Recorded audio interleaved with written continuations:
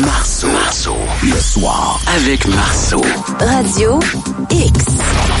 Il est journaliste, beau bonhomme, auteur, enquêteur de l'insolite, enquêteur du paranormal. Christian Page est avec nous, christianpage.ca. Salut, cher Christian. Salut à tous. Comment ça va? Ça va bien. Ouais, j'ai une mauvaise nouvelle pour toi. Vas-y. Une très mauvaise nouvelle. L'asile de Sainte-Clotilde va fermer.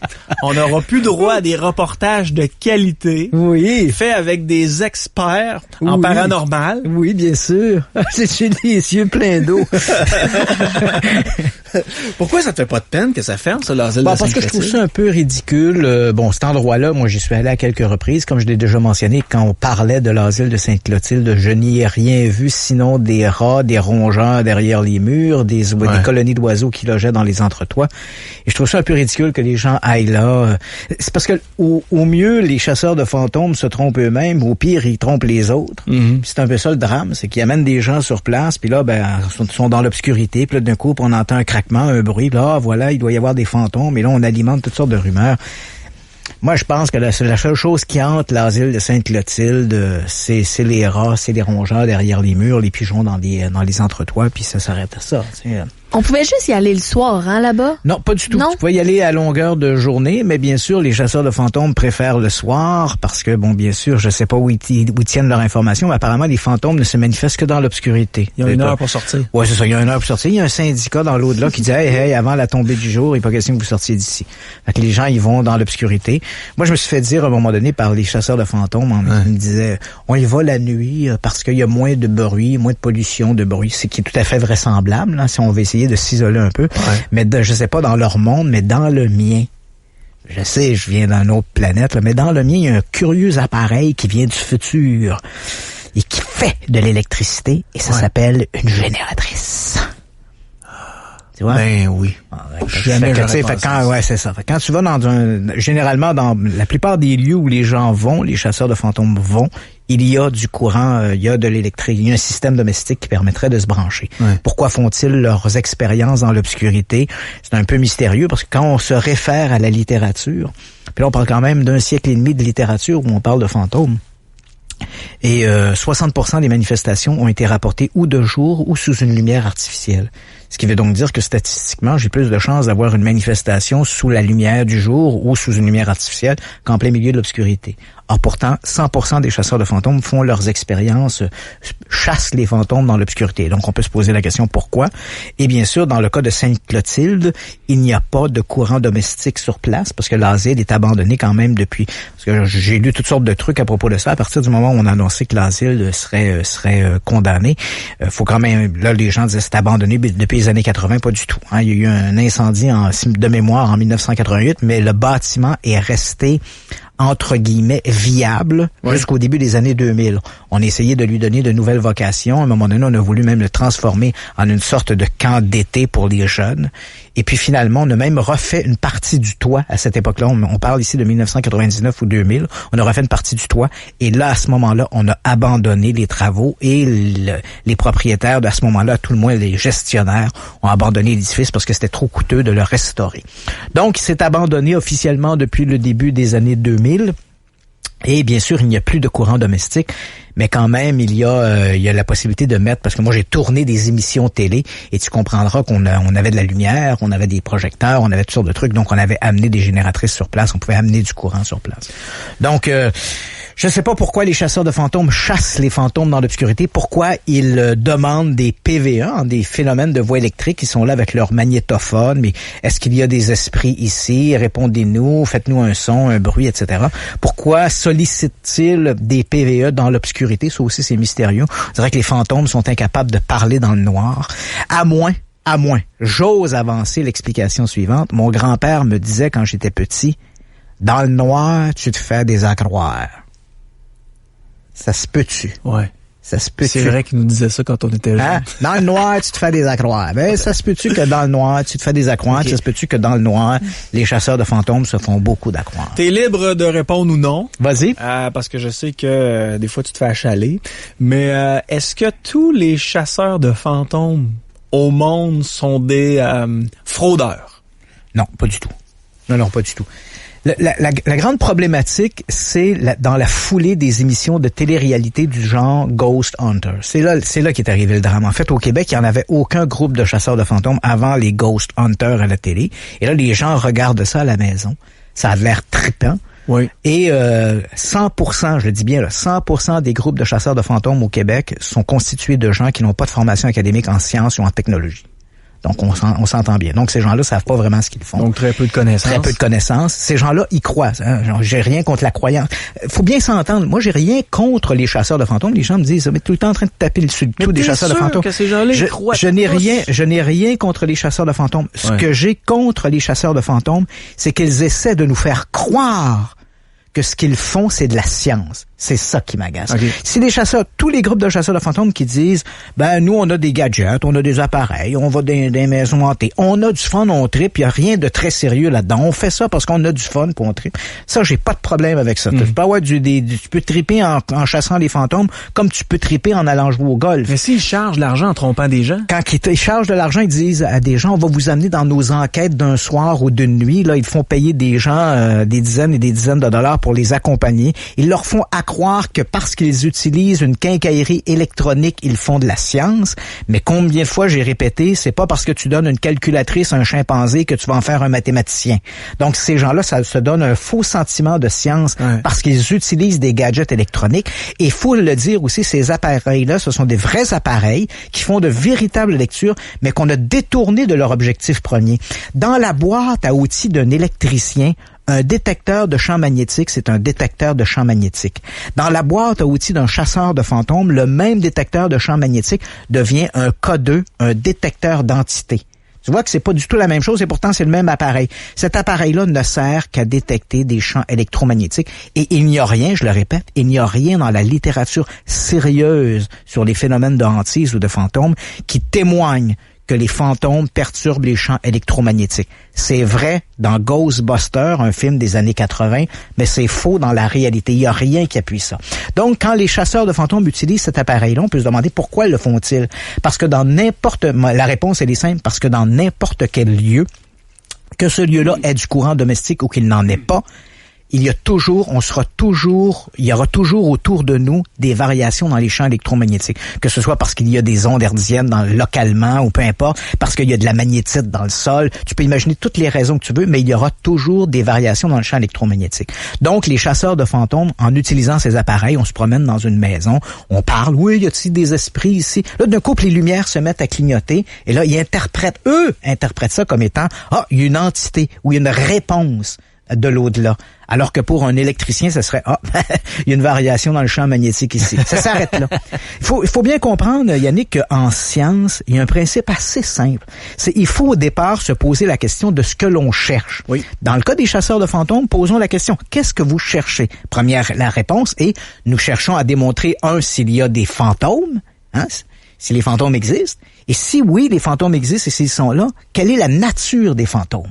C'est ça les véritables questions. Et ça, c'est la démarche scientifique, c'est ça.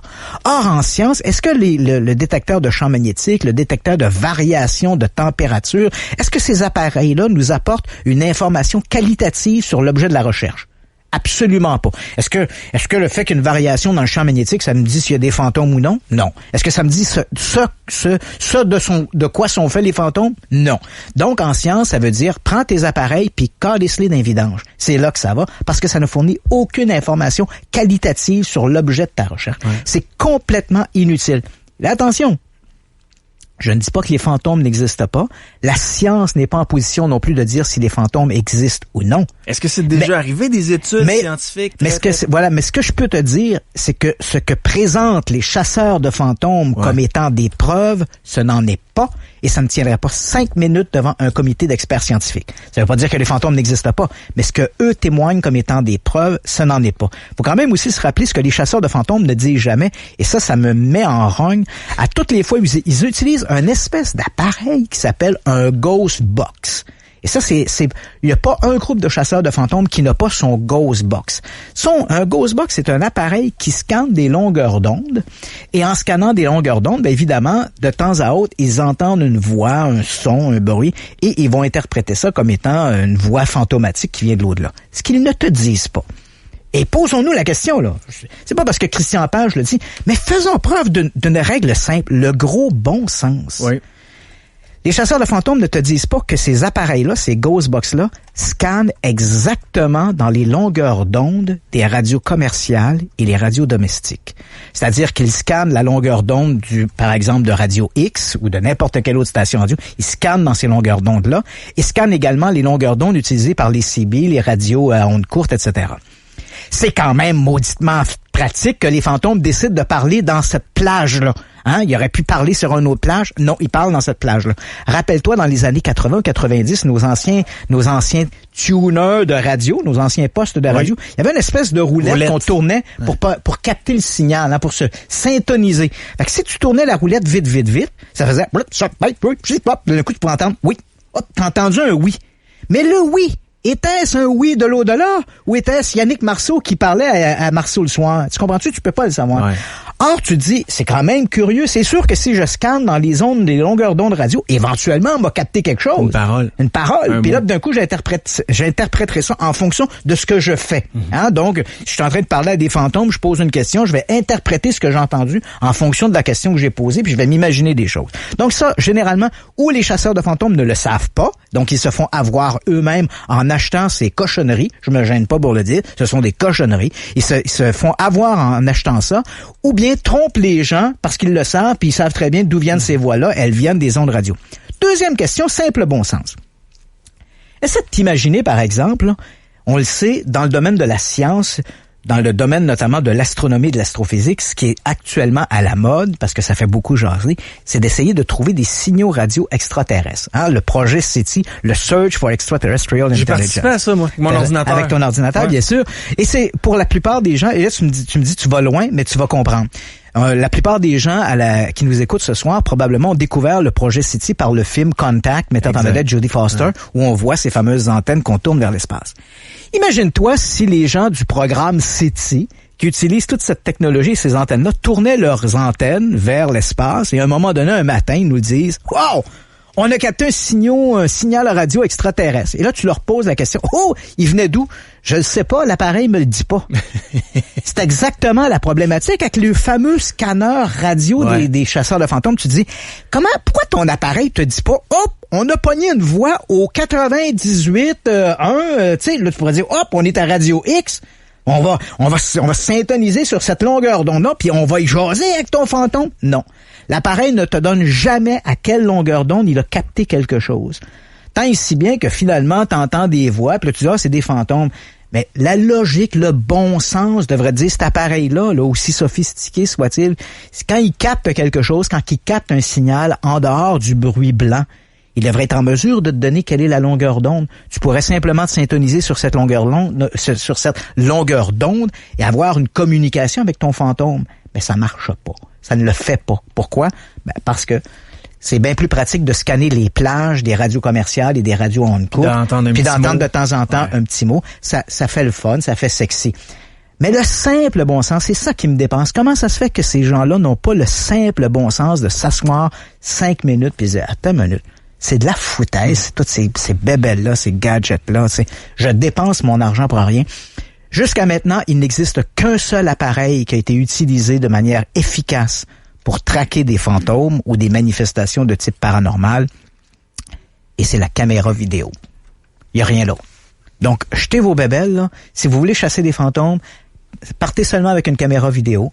Placez votre caméra vidéo et s'il y a une manifestation de type surnaturel, d'abord vous assurez qu'il y a des mesures de contrôle. Donc, j'ai vu des chasseurs de fantômes mettre 3 caméras dans des lieux, dans une pièce. Aucune caméra filmait l'autre caméra. Tu dis, écoute, ça va à l'encontre du bon sens. Ta caméra bouge. Il n'y a pas une autre caméra qui filme la première caméra pour savoir si quelque chose l'a fait bouger. Mais c'est donc bien ridicule. Tu dis, écoute, ça tombe sous le sens. Donc, assurez-vous de placer des caméras dans des lieux et que dans chacune des caméras, il y ait au moins une autre caméra qui soit dans le champ de la vision pour que si une caméra X capte quelque chose ou bascule ou bouge, qu'on puisse savoir d'un autre point de vue si quelqu'un a passé derrière, a poussé la caméra, s'il y a quelque chose, un coup de vent qui s'est produit. Assurez-vous également d'avoir des mesures de contrôle efficace, c'est-à-dire vous assurer que les fenêtres sont bien fermées. À la rigueur, si vous avez la possibilité de faire venir un huissier ou des policiers qui vont s'assurer de mettre des confirmer que l'endroit est scellé, mettre des scellés sur les portes, les fenêtres, et là placer l'endroit sous surveillance pendant un certain nombre d'heures ou un certain nombre de jours. Et ensuite, on regarde les bandes vidéo, on regarde comment ça a été filmé.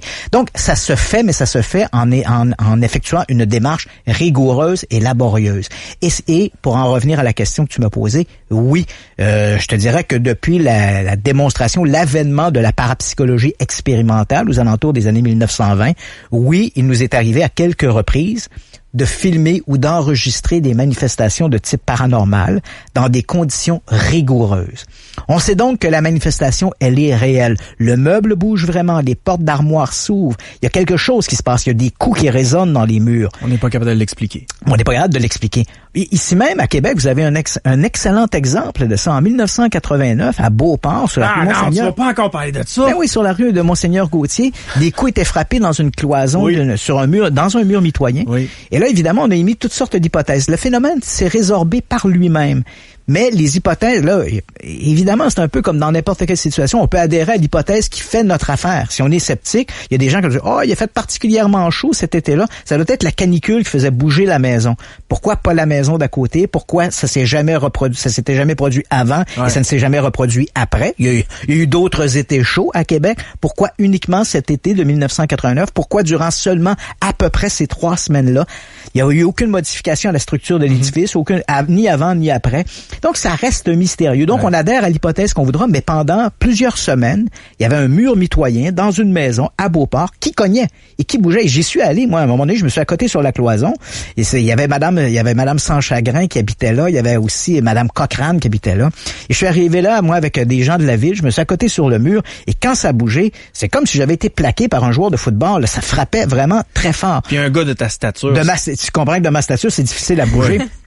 Donc, à un moment donné, on avait coupé le placoplâtre qui cachait le mur, et on voyait donc les montants en bois, donc les fameux 2x4, et on voyait qu'il n'y avait rien entre ça. Là. Ça bougeait, ça frappait, ça cognait, mais on n'a jamais trouvé l'explication. Donc, dans des conditions rigoureuses, là, je donne cet exemple-là parce que probablement que les gens de Québec l'ont peut-être, ceux qui étaient là en 1989, là, qui sont... Mais ça fait environ 2 ou 3 fois qu'on en parle, toi et moi, puis à chaque fois, ça a marqué des gens. Ça a passé à la télé, si je me trompe pas, c'était à TQS ou à TVA, un reportage. Et on voyait le mur bouger à un moment donné. Le journaliste s'adresse à madame, de mémoire, je pense c'est Madame Sans Chagrin, il lui dit, comme ça, vous dites que votre mur bouge, et elle dit oui, et comme elle dit oui, on voit le mur derrière elle qui bouge, comme si quelqu'un frappe dedans, et elle regarde le journaliste, elle dit exactement comme ça.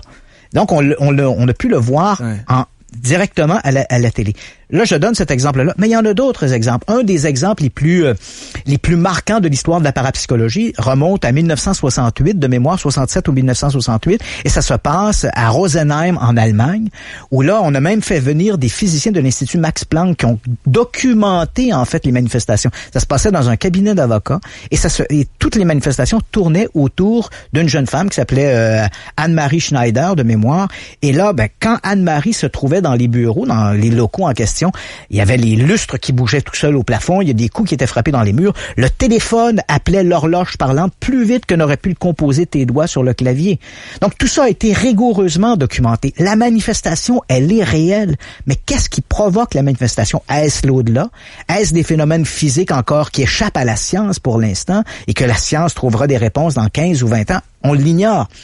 La seule chose que je dis, et je le répète, les preuves que nous proposent les chasseurs de fantômes, c'est bien parce qu'on regarde ça à la télé, ça nous donne envie de le faire, ça peut être un kick de le faire, ça peut être le fun de faire ça, mais ces preuves-là ne sont pas des preuves. Ce sont des interprétations un peu erronées que ces gens-là font et qui sont surtout alimentées par leur propre ignorance, la mauvaise connaissance des appareils qu'ils utilisent et comment ils fonctionnent, ces appareils-là. Après ces interprétations faites-là que, cette maison-là, il y a des fantômes, qu'est-ce qu'ils font? Est-ce qu'ils contactent un prêtre pour purifier la maison? Non, ça, c'est assez amusant parce que moi qui ai une formation en communication journaliste, on n'a pas la même définition du mot enquête. Je te donne un exemple. Tous les sites de chasseurs de fantômes disaient, on est allé faire une enquête à Sainte-Clotilde. Parlons de l'asile de Sainte-Clotilde. Là, ils disaient, on est allé faire une enquête à Sainte-Clotilde. Pour eux, une enquête se résume à quelques heures passées durant la soirée ou durant la nuit. C'était une enquête. Et avant, il y a 2 ans, donc, tous ces gens-là se réclamaient, on a fait une enquête à Sainte-Clotilde. Et là, tu allais sur leur site Internet, et là, ils avaient souvent un descriptif de l'asile de Sainte-Clotilde. Donc, ils nous racontaient l'histoire de l'asile de Sainte-Clotilde. Et je me rappelle qu'un des éléments, c'était de dire, il y a eu 2 incendies mortels à Sainte-Clotilde. Il y en a eu un en 1958 ou 1959. On est décembre 58 ou 59. Il y aurait eu 3 adolescents qui auraient été fumés dans une sorte de réduit en question où on plaçait des draps ou la literie. Et ils auraient mis le feu. Et éventuellement seraient morts asphyxiés dans ce petit réduit-là. Donc ça, c'était 58-59, décembre 58-59. Et ensuite, il y a eu cet incendie en 1988 de mémoire, où là, il y a eu 9 victimes au 4e étage. Alors que l'édifice était à ce moment-là un hôpital pour des soins de longue durée pour des gens atteints de maladies mentales. Et là, tous ces gens-là se réclamaient de « nous avons fait une enquête ». Ils disaient « on est allé enquêter à Sainte-Clotilde ». Moi, je me disais, je regardais ça un peu détaché, je me disais, mais ça, une enquête.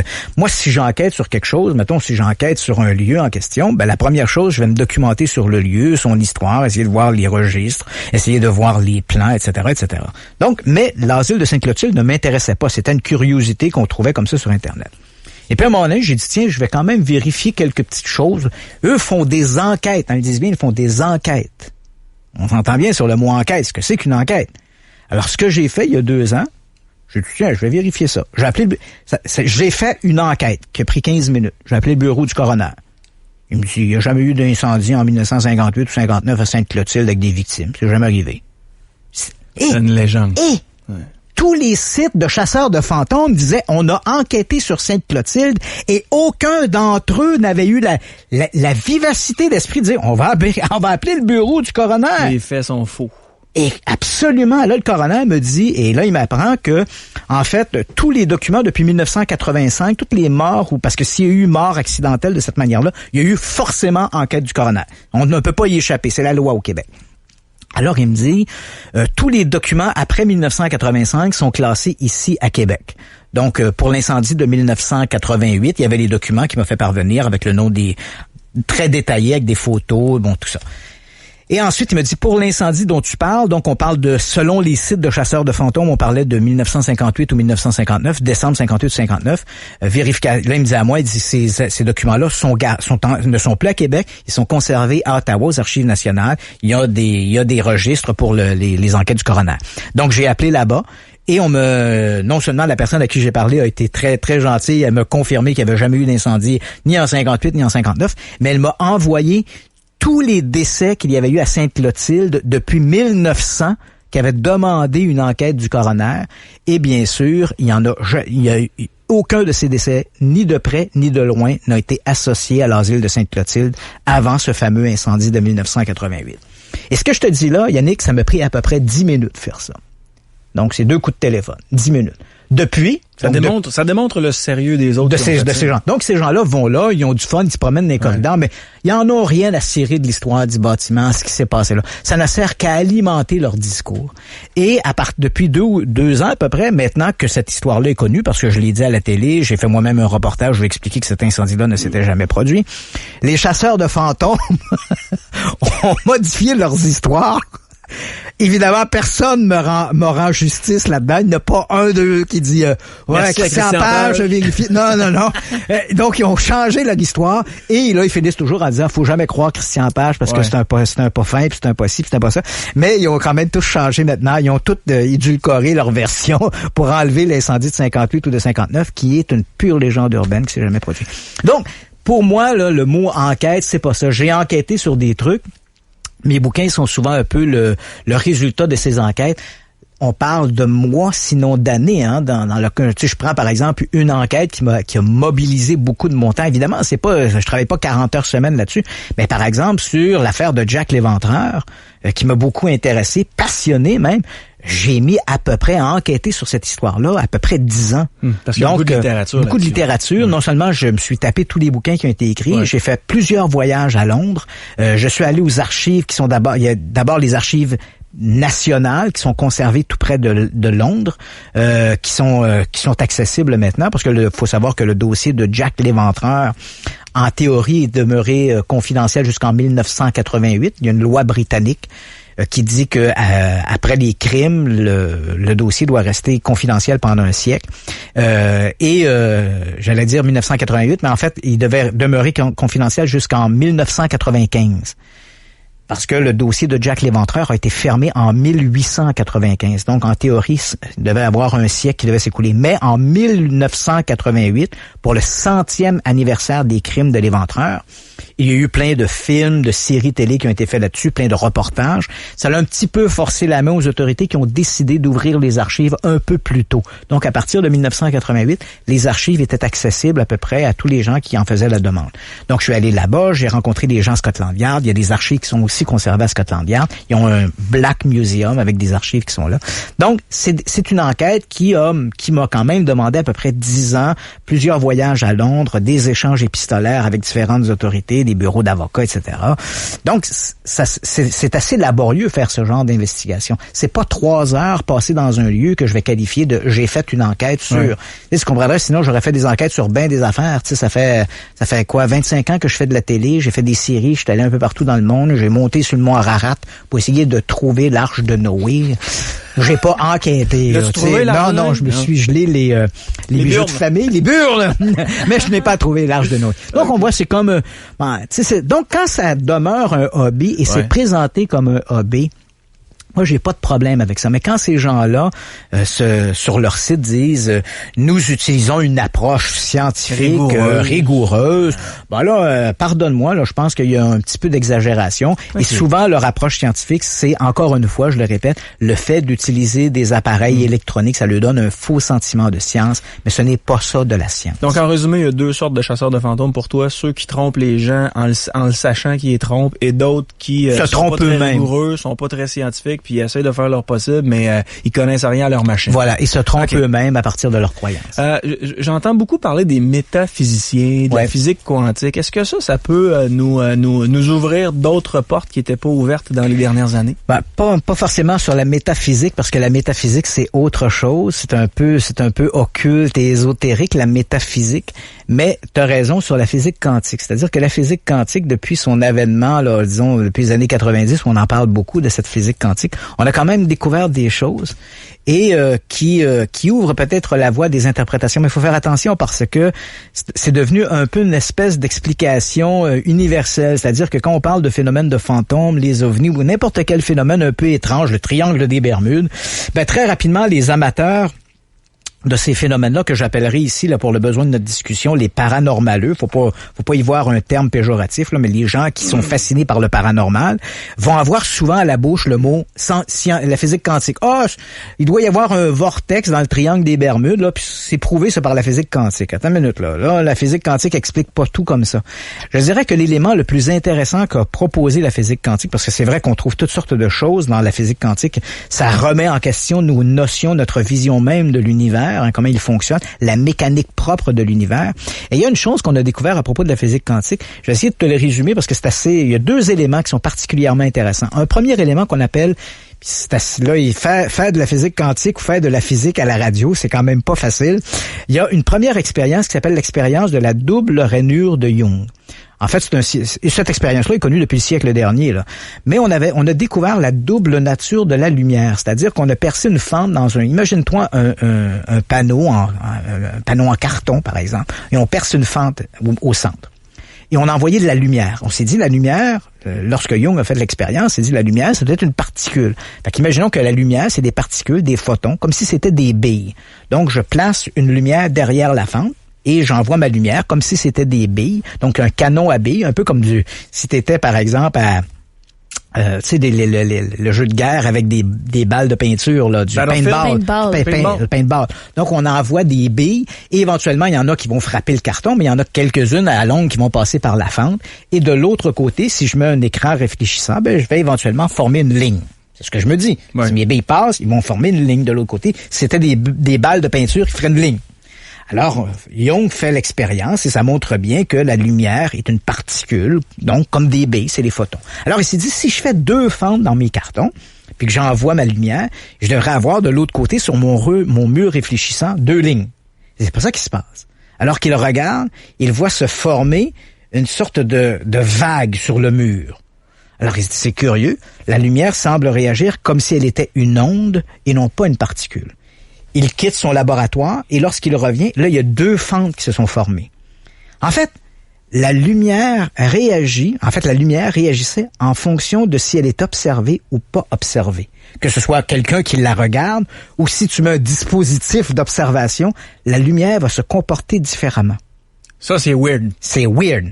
Hein? Et là, je te la résume. Là, je sais qu'il y a probablement des gens en physique qui nous écoutent vont dire « Ouais, Christian Page fait beaucoup de raccourcis. » Mais ce que je veux dire, c'est que l'observateur modifie le résultat de l'expérience. Et c'est particulièrement vrai dans le cas de la lumière et l'expérience de la double fente de Young. Donc, l'observateur influence. Si tu regardes, la lumière se comporte comme une particule. Si tu ne regardes pas, elle se comporte comme une onde.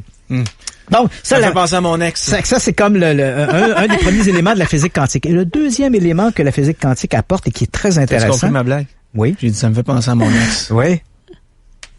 Quand tu la regardes, elle réagissait d'une façon. Quand tu la regardes pas d'une autre façon. Et, des fois, tes jokes sont pas tout le temps drôles, Yannick. on les comprend, mais ils sont pas forcément désopilantes. Okay, forcez-vous. Et l'autre élément apporté par la physique quantique, c'est le lien quantique. Okay. En fait, si on prend une particule, par exemple, on la sépare. Imaginons un atome. T'as l'atome, t'as ton centre, t'as ton neutron, l'électron, le proton qui tourne autour. Supposons qu'on sépare, on le sépare, hein. Et on prend, par exemple, 2 particules, 2 éléments de la particule en question, là, le proton, l'électron.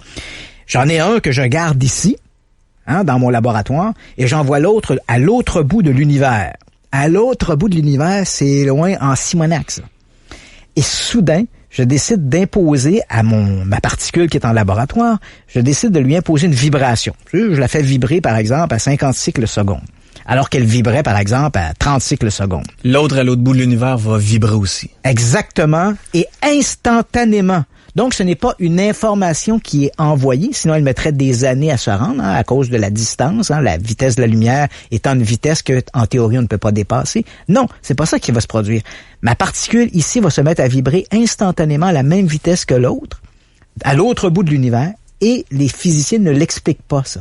On appelle ça simplement le lien quantique. C'est comme si ces objets-là, peu importe la distance, restaient liés entre eux. Donc, il y a quelque chose qui va plus vite que la lumière. Oui, et c'est ce lien quantique, il se sépare pas. Ouais. Alors là, les physiciens se disent, bon, et comme tout ce qui existe dans l'univers, c'est de la matière, et que cette matière-là est là depuis le début du temps, là, depuis le Big Bang, est-ce qu'il n'y a pas des liens quelque part invisibles dans la matière qui ferait qu'on serait toujours en contact avec d'autres éléments de la matière? Donc, c'est une avenue de recherche qui est absolument fascinante. Ça n'explique pas tout. Ce ne sont que des avenues de recherche. Mais il faut faire attention pour ne pas tomber dans le piège d'utiliser la physique quantique comme étant une explication universelle à tous les phénomènes mystérieux ou étranges qui se produisent. Mais se coucher le soir en pensant à ça, là, ça doit être particulier, hein? Tu peux partir assez loin. Oh, absolument. Mais est-ce que vous venez de raconter, là, est-ce que ça se peut que ça soit lié? Voyez, hein? Ouais, mais je peux-tu vous voyer? Tu peux me tutoyer. Ok, c'est bon. T'as vous voyez, Christian. Arrête, Yannick. C'est toi le prochain à vous voyer, là, avec ta fête ce soir. Oui, c'est vrai. Bonne fête en passant. Merci. Mais, tu sais, des fois, on trouve qu'on a des sortes de liens avec une personne. Oui. Ça peut-tu être lié avec ce que tu viens de dire? Je sais pas s'il faut y voir un lien quantique, mais ce que tu mentionnes à propos de ce lien qu'on peut avoir avec des personnes, ça c'est intéressant. On pourrait éventuellement faire une émission là-dessus. C'est en fait dans le domaine de la recherche en parapsychologie depuis l'avènement de la parapsychologie expérimentale, parce qu'il faut comprendre la parapsychologie comment c'est apparu au 19e siècle, dans la deuxième moitié du 19e siècle, ça a été le début de l'ère du spiritisme. Les gens parlaient avec les défunts. Hein? Et là souvent durant ces séances spirites, il y avait des manifestations qui se produisaient. Donc, les gens se tenaient par la main, on communiquait avec les esprits. Et là, il y avait la table qui se mettait à bouger, des objets qui tressautaient sur la table. Donc, il y avait des phénomènes physiques qui étaient observables. Et là, il y a des scientifiques qui se sont dit, si c'est vrai qu'on communique avec des fantômes ou des esprits, ben on va essayer de voir si on peut pas documenter ces manifestations. Et on s'est aperçu rapidement que dans bien des cas, c'était de l'arnaque, de la fraude, mais il y avait de temps à autre des phénomènes un peu bizarres qui se produisaient. Et là, les scientifiques ont commencé à s'intéresser à ça, et ce qui les a amenés donc à développer une branche, disons, alternative. On a cessé de s'intéresser aux revenants. On a commencé davantage à s'intéresser aux liens entre les gens. Donc, télépathie, télékinésie, donc tous ces phénomènes mystérieux de perception extrasensorielle. Et c'est comme ça que la parapsychologie expérimentale est née aux alentours de 1920. Et ce que tu mentionnes, ça a été l'un des champs de recherche. C'est-à-dire que les gens, au début, on a utilisé beaucoup des surdoués du paranormal, des gens qui étaient supposés avoir des dons extraordinaires. Et puis là, on s'est aperçu que ça prêtait flanc à la critique parce que il y avait toujours un sceptique pour dire « Oui, mais moi, je n'étais pas dans le laboratoire quand on avait fait cette expérience-là avec ce surdoué. Alors, qu'est-ce qui nous dit qu'il n'y a pas eu de trucage? » Alors, les scientifiques ont délaissé les surdoués du psy pour s'intéresser à monsieur et madame tout le monde. Et ce qu'ils ont découvert, donc, en faisant des expériences de télépathie, des expériences de perception extrasensorielle, ce qu'ils ont découvert, c'est qu'effectivement, sur le plan statistique, on avait des anomalies statistiques. Donc, par exemple, on prenait des gens pour essayer de faire des expériences de télépathie. Il y avait dans une pièce un émetteur qui regardait une photo ou des photos prises au hasard. Il essayait de se concentrer là-dessus. Donc, lui, il était le sujet émetteur. Et dans une autre pièce, on avait le sujet récepteur qui, lui, était placé dans une sorte de... Il baignait, en fait, dans un environnement de relaxation. On appelait ça, en fait, un environnement Ganzfeld. C'est un grand nom, mais bref, c'était simplement une sorte d'état de relaxation. Les yeux étaient fermés par des bandeaux, etc., pour qu'il y ait une sorte de privatisation sensorielle. Et ces gens-là ne devaient pas dire exactement ce qu'il y avait sur la photo, mais plutôt ce qu'ils ressentaient. Donc, quelqu'un prenait, par exemple, une image, on voyait de l'eau qui coulait, une source d'eau, et là, la personne disait « Ah, je sens tel ou tel truc ». Et c'était classé selon significatif, très significatif ou pas significatif. Tu vois un peu le genre, c'était pas c'est bon ou c'est pas bon, là. C'était significatif, pas significatif et très significatif. Et ce qu'on a constaté, c'est que les gens qui avaient des liens émotifs entre eux avaient de meilleurs résultats. Donc, statistiquement parlant, c'est comme si quelque part, on avait vraiment des liens de perception extrasensorielle avec des gens qui sont proches de nous. Soit des parents, ça peut être des parents avec leurs enfants et vice-versa, ou des parents qui ont un lien très émotif entre eux, là, des amoureux, amoureuses, qui vont réussir ce phénomène-là. Et ça exclut le fait que comme ces gens-là ne se voient pas et qu'il n'y a pas une communication verbale directe, parce qu'il y a des gens qui vont dire, ouais, mais quand sa blonde dit, quand elle hésite ou quand elle fait ceci ou cela, ou elle fait un cil avant de parler, il y a comme des indices. À un moment donné, on vient qu'on connaît tellement l'autre qu'on connaît un peu ses réactions. Mais dans ce cas-là, il n'y avait pas de communication verbale ni de communication visuelle. Il y avait simplement l'émetteur qui se concentrait sur une image, le récepteur qui décrivait l'image, et on a obtenu une preuve statistique. Entendons-nous? J'ai bien dit une preuve statistique. Donc, il y a quelque chose qui va au-delà du hasard, qu'on n'explique pas en termes de science, mais qui, pour l'instant, n'est pas encore assez significatif pour devenir une preuve scientifique. Donc, on voit bien qu'il y a quelque chose qui se passe, mais quelle est la mécanique de ça? Comment ça fonctionne? Et là, évidemment, je te parle de méta-analyse. On n'a pas fait ça une fois avec un couple.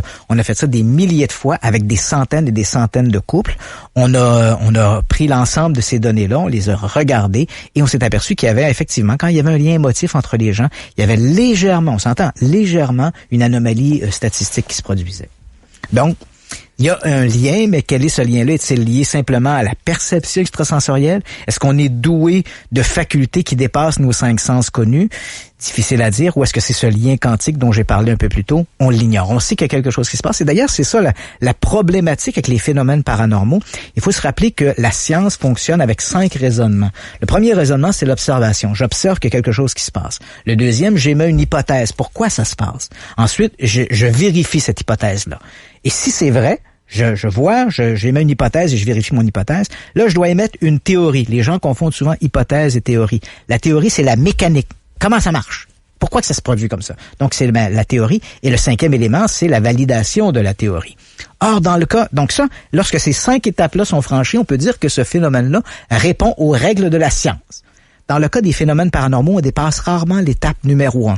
On voit qu'il y a quelque chose qui se passe, mais on est incapable d'émettre une hypothèse, encore moins de vérifier l'hypothèse ou la théorie, tout le reste. Donc, les phénomènes paranormaux, par définition, ne sont pas des phénomènes d'ordre scientifique parce qu'ils échappent aux règles de la science. Est-ce qu'il faut prendre la science puis la mettre dans les poubelles puis dire, bon, ben, la science est pas bonne? Non. La science est extraordinaire. La science, ça nous a fait passer des ténèbres à la lumière. Ça nous a permis d'éradiquer de nombreuses maladies. Ça nous a permis d'envoyer des hommes sur la Lune. La science est un excellent modèle. C'est pas le modèle parfait. Il y a certains phénomènes qui échappent à ces règles de science. Mais je pense que la science est un très, très bon modèle, même si parfois, elle est peut-être un peu dépassée par des phénomènes de type spontané ou unique, comme c'est souvent le cas avec les phénomènes paranormaux. Intéressant. Alright, les gens qui sont sur notre page Facebook nous voient à la télévision, on vous salue et s'ils regardent un peu plus attentivement, ils voient une grosse boîte devant le visage d'Amy J. Ouais. Est-ce que c'est le temps de l'ouvrir là ou on va l'ouvrir quand ce sera toi qui le décidera? Parce qu'on voulait parler un peu de quelques films d'horreur à regarder pour notre spécial Halloween et comme cette boîte-là, elle est liée à ces films d'horreur, il faut attendre le moment propice pour l'ouvrir. Donc, on doit encore patienter? Absolument, on doit patienter. N'a pas le droit d'y toucher? Non, absolument pas. Okay. J'ai senti que ça a bougé tantôt. Non, mais honnêtement, ça me stresse un peu. Tu sais, ça a pas l'air d'être l'armoire la plus récente. Écoute, en arrière, là, il y a des inscriptions, puis je suis incapable de te lire ce qu'il y a là. Okay. J'ai peur de l'ouvrir puis qu'il y ait comme un clown qui sort. Mais pour les gens qui ne savent pas de quoi on parle, ils peuvent aller sur notre page Facebook et ils vont voir, là, on est en diffusion live en direct sur Facebook. Alright, commençons avec ton premier choix, tiens. Ben en fait, j'ai décidé j'ai comme choisi plusieurs films. C'est pas forcément des films, sont pas forcément dans l'ordre le meilleur, le moins bon, etc. Ce sont des films si vous avez envie de faire une bonne soirée d'Halloween avec votre amoureux, amoureuse, vous avez envie un peu de vous divertir. J'ai choisi 8 films qui sont supposés être basés sur des histoires vraies. Donc on va écouter la bande-annonce de chacun de ces films, raconter un peu l'histoire du film et ensuite je vais vous raconter l'histoire qui a inspiré le film. Évidemment, on s'étendra pas de manière ex cathedra sur chacun des films parce que on en aurait pour 3 soirées. Et on veut pas vendre le punch. On veut pas vendre le punch. Donc, allons-y avec notre premier extrait. Si tu as suivi mes conseils, Yannick, tu as probablement mis en premier le film Régression. Allons-y. C'est bon, tu trouves pas? Ah ouais, c'est excellent. Ici le détective Bruce Kenner. On est le 14 octobre 1990. Dites votre nom complet. John Gray. Dites-moi d'abord pourquoi vous êtes ici. Parce que je suis coupable. Il les a réprimés. C'est comme si les souvenirs se trouvaient prisonniers derrière une porte. Il suffirait de trouver la clé de la porte pour les libérer. Provoquer une régression. C'est incroyablement important. Vous devez tout nous raconter. Ils vont me tuer. Il n'y a plus jamais personne qui vous fera du mal. Libérez votre esprit. Dites-nous ce que vous voyez.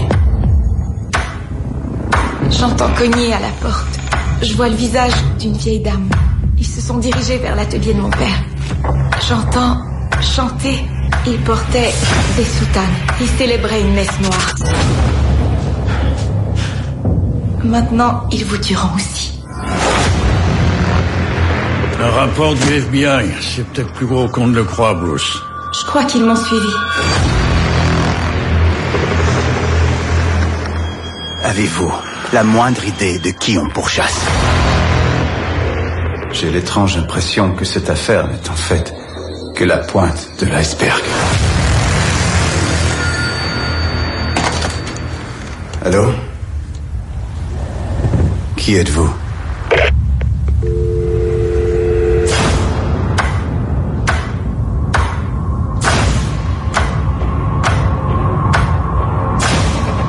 Arrêtez de prier et donnez-moi des noms! Je ne me rappelle pas. Montrez-moi vos visages! J'essaie de découvrir la vérité. C'est un mensonge!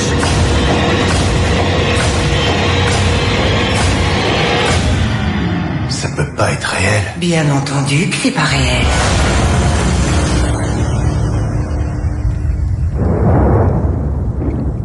On salue les gens qui sont seuls dans leur véhicule ce soir.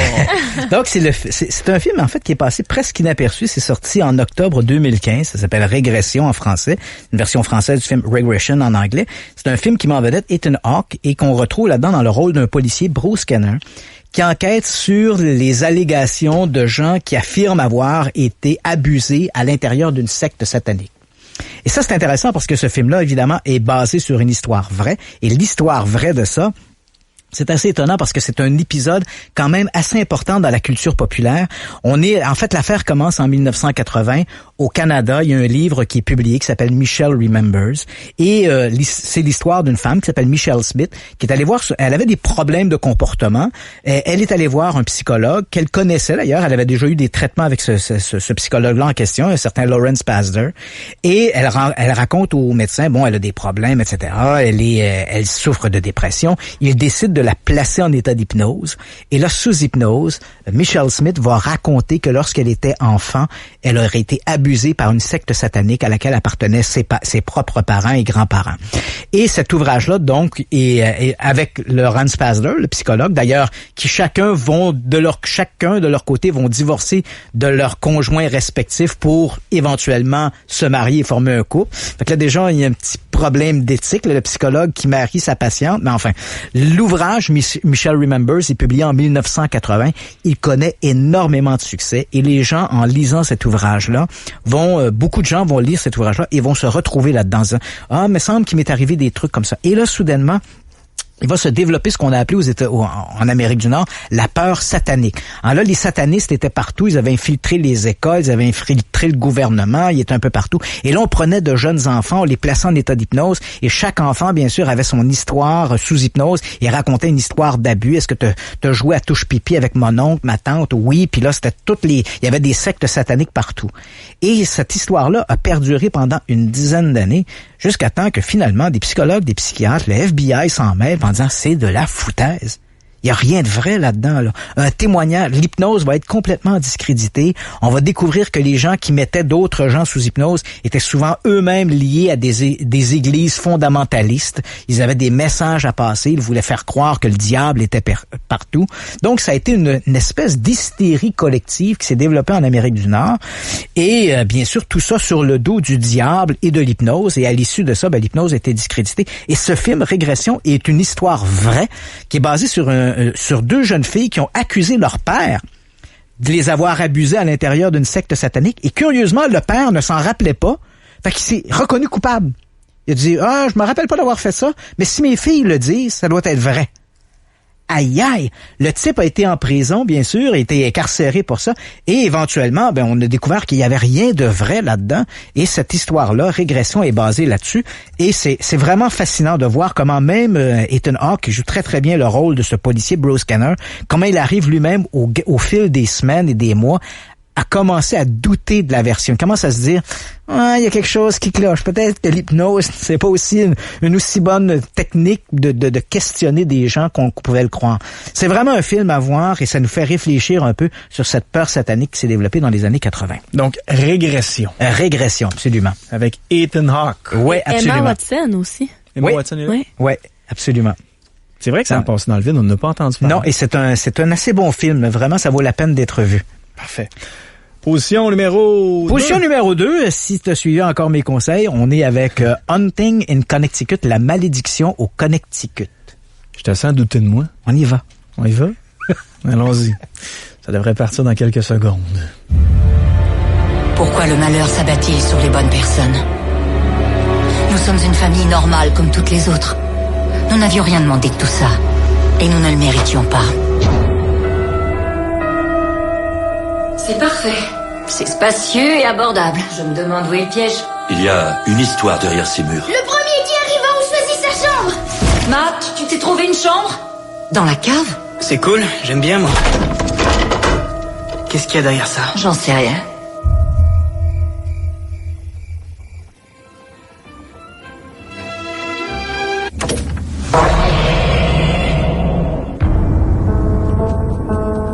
Matt? Qui a pu cacher tout ça sous le plancher? J'ai vu ce garçon presque tous les jours depuis qu'on a emménagé ici. Arrête, tu me fais peur. Bienvenue au club.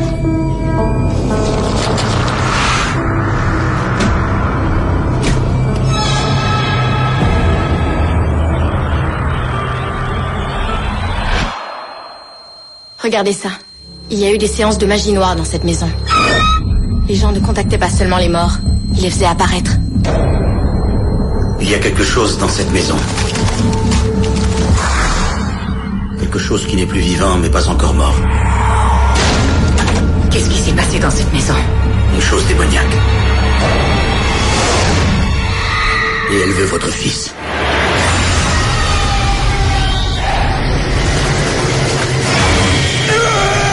Quelle horreur, mais qu'est-ce que tu t'es fait? C'est un vrai cauchemar. Vous devez tout de suite sortir.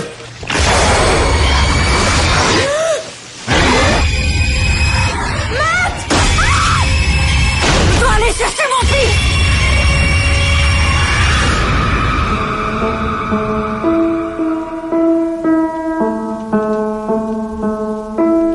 Le piano est tannant.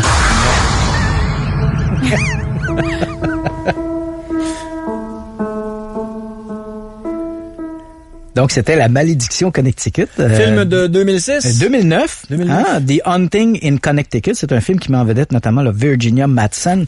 En fait, ce film-là est basé sur l'histoire d'une famille, les Snedeker, qui en 1986 ont aménagé à Southington dans une maison. Ouais. Il faut savoir que l'un des fils, Philippe, dans la famille Snedeker, qui était l'aîné de la famille, souffrait d'un cancer et il ne pouvait subir que des traitements que à l'hôpital local. Or, les Snedeker, au début, habitaient trop loin pour se taper comme ça les quelques heures que demandait le transport.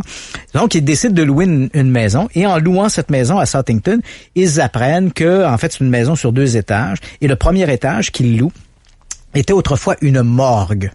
Donc, au moment où ils vont emménager dans cette maison, ils vont même retrouver, d'ailleurs, une espèce de treuil qui permettait de descendre les cadavres au sous-sol, qui est encore sur place. Donc, ils vont emménager dans cette maison et rapidement, il va y avoir des phénomènes mystérieux qui vont se produire. Et éventuellement, ils vont faire appel à un couple de chasseurs de démons très célèbre aux États-Unis, Ed et Lorraine Warren, dont on va parler un peu plus loin des films La Conjuration 1 et 2, où ils sont, eux, un peu les vedettes. Mais cette histoire-là aurait été enquêtée par Ed et Lorraine Warren. Et éventuellement, il y a un livre qui a été publié sur cette histoire-là, qui s'appelle In a Dark Place, qui est écrit par un type qui s'appelle Ray Garton. Cela étant, ça c'est le fait rapporté. Maintenant, il faut savoir qu'il y a plusieurs petits trucs qui clochent dans cette affaire-là. D'abord, il faut dire que la famille Snedeker est une famille absolument dysfonctionnelle. Et une petite anecdote, moi j'avais parlé avec Ray Garton, et Garton me disait, écoute, et là je te raconte ça, c'est une anecdote, on est entre nous. Il dit, lui au début, quand l'éditeur l'appelle, il lui dit, écoute, il y a Ed et Lorraine Warren qui sont dans mon bureau. Ces gens-là ont enquêté sur une maison au Connecticut où il y a des manifestations paranormales qui se produisaient autour de la famille Snedeker. Et là, il dit, il voudrait écrire un livre là-dessus. Ray Garton avait déjà écrit des ouvrages de fiction, des sortes de romans d'horreur. Et il connaissait Ed et Lorraine Warren pour avoir lu à leur sujet dans des journaux, genre National Enquirer aux États-Unis, des trucs comme ça. Journaux pas très sérieux, mais quand même. Donc, il les connaissait de réputation. Il arrive donc dans le bureau, discute avec eux, tout ça semble sérieux, le contrat est signé. Et là, Ray Garton me confie, il dit, lorsque je suis allé rencontrer les Snedeker, leur histoire, chaque personne racontait des bouts d'histoire, mais aucun n'était vraisemblable, ça ne se recoupait pas du tout. Il dit, à un moment donné, je ne savais même pas comment donner corps à cette histoire-là. Je retourne voir mon éditeur et Ed Warren, qui était là à ce moment-là dans le bureau, et là, il dit, je me plains à l'éditeur, je dis, écoute, je peux pas écrire un livre là-dessus. Tout ce que ces gens-là racontent, c'est complètement décousu. Ces gens-là sont crackpots. Et Ed Warren de répondre, il dit, écoute, il dit, toi, ton métier, c'est d'écrire des livres qui font peur. Prends ce qu'ils te disent, arrange-toi comme tu voudras, mais arrange-toi pour que ce soit un livre qui fait peur, puis on va s'occuper du reste. Donc, tu vois un peu comment on va trafiquer un peu la réalité, mais bref. On ficelle un peu l'histoire. Voilà, mais ça donne un film quand même très intéressant, La Malédiction Connecticut, de Haunting in Connecticut, basé sur une histoire plus ou moins vraie, disons-le comme ça. On arrive à mon film numéro 3? Oui, monsieur. Allons-y pour le film numéro 3. Ça s'appelle La Possession. Donc, on écoute la bande-annonce. Si vous êtes dans votre voiture, montez le son. Salut. T'es en retard. Chérie, on y va? Je les ramène dimanche en début d'après-midi. Seulement des repas santé, d'accord? Pas de pizza. Je te donne $5 si t'en parles pas à ta mère. Monte à 35 et je dirai rien du tout. Papa, t'as besoin de vaisselle? Papa, je suis une grande dame, regarde. Cool. Papa, est-ce que je peux l'avoir? Tout ce que tu veux, Trésor. Il y a quelque chose là-dedans. C'est étrange, il n'y a aucun assemblage. Qu'est-ce que ça veut dire? Que celui qui a fait ça ne voulait pas qu'on puisse l'ouvrir.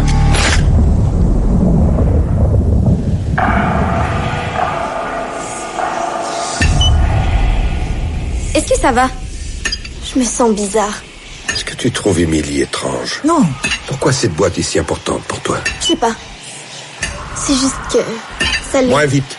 Émilie, moins vite! Je ne sais vraiment pas ce que c'est. Ce sont des inscriptions en hébreu. C'est écrit Dibuk. Émilie, où es-tu? Ça veut dire démon en hébreu. Qu'est-ce que cette chose veut à ma fille? Cet esprit prend possession des enfants. Émilie? Maman, je suis qui maintenant? Une fois qu'on a ouvert cette boîte, des gens se mettent à mourir. Papa! Émilie! Tu crois que les médecins peuvent nous aider? Demeure à l'abri du Très-Haut et mets ta confiance en lui. Il te couvrira de ses ailes et te protégera. Oh mon Dieu. Sa vérité. Laissez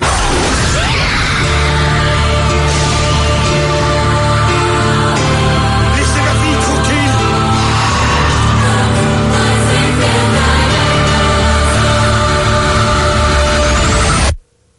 J'ai vu quelque chose à l'intérieur d'elle.